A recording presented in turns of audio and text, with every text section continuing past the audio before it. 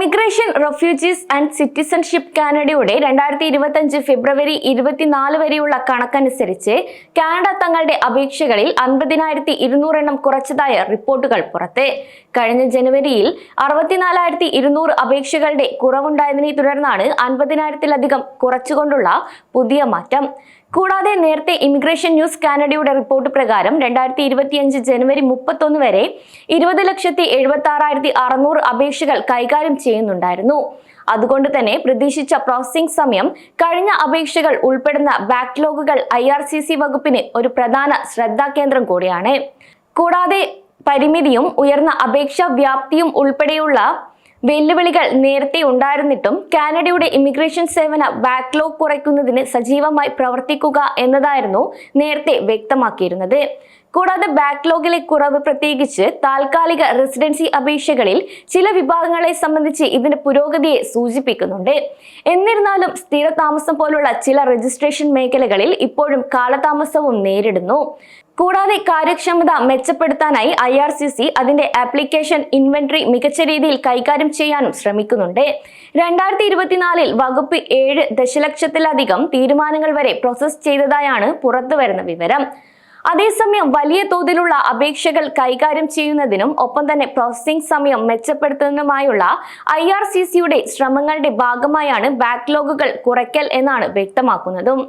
IRCCയുടെ സമീപകാല ബാക്ക്ലോഗ് ഡാറ്റയിൽ സേവന മാനദണ്ഡങ്ങൾക്കുള്ളിൽ പ്രോസസ് ചെയ്ത അപേക്ഷകളുടെയും ബാക്ക്ലോഗിന്റെയും ഒരു അവലോകനം സമീപകാല ഡാറ്റകൾ ഉദ്ധരിച്ചുകൊണ്ട് പുറത്തു വന്നിട്ടുണ്ട്.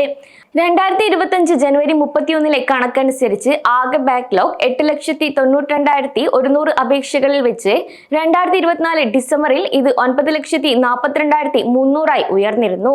കൂടാതെ ഇതിൽ സ്ഥിരം താമസത്തിനുള്ള അപേക്ഷകളുടെ എണ്ണം 3,56,400 വർദ്ധിച്ചു. അതേസമയം താൽക്കാലിക താമസ അപേക്ഷകളുടെ എണ്ണം 5,57,000 നിന്ന് 4,93,700 കുറയുകയും ചെയ്തു. അതേസമയം പൗരത്വ അപേക്ഷകൾ പഴയതിനേക്കാൾ ഇപ്പോൾ സ്ഥിരതയോടെ തുടരുകയാണ്. കെട്ടിക്കിടക്കുന്ന തുക 40,600 നിന്ന് 42,000 ചെറിയ തോതിൽ വർദ്ധിച്ചതായാണ് ഇവിടെ നിന്നും വ്യക്തമാക്കുന്നത്. കൂടാതെ സേവന മാനദണ്ഡങ്ങൾക്കുള്ളിൽ പ്രോസസ് ചെയ്ത അപേക്ഷകളുടെ എണ്ണവും ഡാറ്റ വ്യക്തമാക്കുന്നു. പ്രതീക്ഷിച്ച സമയപരിധിക്കുള്ളിൽ മൊത്തം 11,84,500 അപേക്ഷകൾ പ്രോസസ് ചെയ്തു. എന്നാൽ ഡിസംബറിൽ ഇത് 11,77,600 ആയിരുന്നു. കൂടാതെ ഈ കണക്കുകളിൽ നിന്ന് പുരോഗതി ഉണ്ടെങ്കിലും കുടിശ്ശിക തുകയിൽ കൂടുതൽ കുറവുകൾ വരുത്തേണ്ടത് ആവശ്യമാണെന്നാണ് ഈ കണക്കുകൾ സൂചിപ്പിക്കുന്നത്.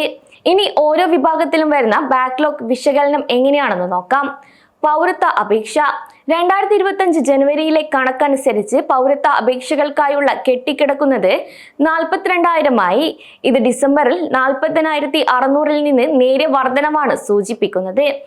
കൂടാതെ ഇതൊക്കെയാണെങ്കിലും സേവന മാനദണ്ഡങ്ങൾക്കുള്ളിൽ 1,96,600 അപേക്ഷകൾ പ്രോസസ് ചെയ്തതോടെ ഈ വിഭാഗം താരതമ്യേന സ്ഥിരതയുള്ളതായി തുടരുകയാണ്. കൂടാതെ ബാക്ക്ലോഗ് മൊത്തം അപേക്ഷകളുടെ ഏകദേശം 17.6% പ്രതിനിധീകരിക്കുന്നത് വഴി ഇത് സ്ഥിരമായ പ്രോസസ്സിംഗ് ആണ് സൂചിപ്പിക്കുന്നത്. സ്ഥിരതാമസ അപേക്ഷ കെട്ടിക്കിടക്കുന്നത് ഡിസംബറിൽ 3,44,700 ആയിരുന്നത് 3,56,400 ഉയർന്നു. അപേക്ഷകളുടെ ഉയർന്ന കണക്കും ചില ഘടകങ്ങളും കാരണം സ്ഥിര താമസാപേക്ഷകൾ പ്രോസസ് ചെയ്യുന്നതിന് കൂടുതൽ സമയം വേണ്ടി വന്നേക്കാമെന്നാണ് ഈ വർധനവ് സൂചിപ്പിക്കുന്നത്. കൂടാതെ സേവന മാനദണ്ഡങ്ങൾക്കുള്ളിൽ 4,83,500 അപേക്ഷകൾ ഇതുവരെ പ്രോസസ് ചെയ്തു കഴിഞ്ഞു. താൽക്കാലിക താമസാപേക്ഷ താമസാപേക്ഷകളിൽ കാലതാമസം ഗണ്യമായി കുറയുകയാണ് ചെയ്തത്.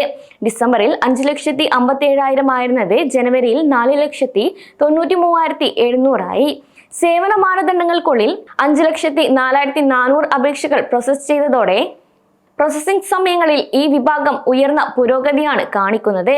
അതേസമയം IRCC അതിന്റെ കുടിശ്ശിക കുറയ്ക്കുന്നതിൽ പുരോഗതി കൈവരിച്ചിട്ടുണ്ടെങ്കിലും പ്രത്യേകിച്ച് സ്ഥിര താമസ വിഭാഗത്തിൽ ഇനിയും വെല്ലുവിളികൾ മറികടക്കാനുണ്ടെന്നാണ് വ്യക്തമാക്കുന്നത്. കൂടാതെ താൽക്കാലിക താമസ അപേക്ഷകളിൽ ശ്രദ്ധേയമായ പുരോഗതിയും കാണുന്നുണ്ട്.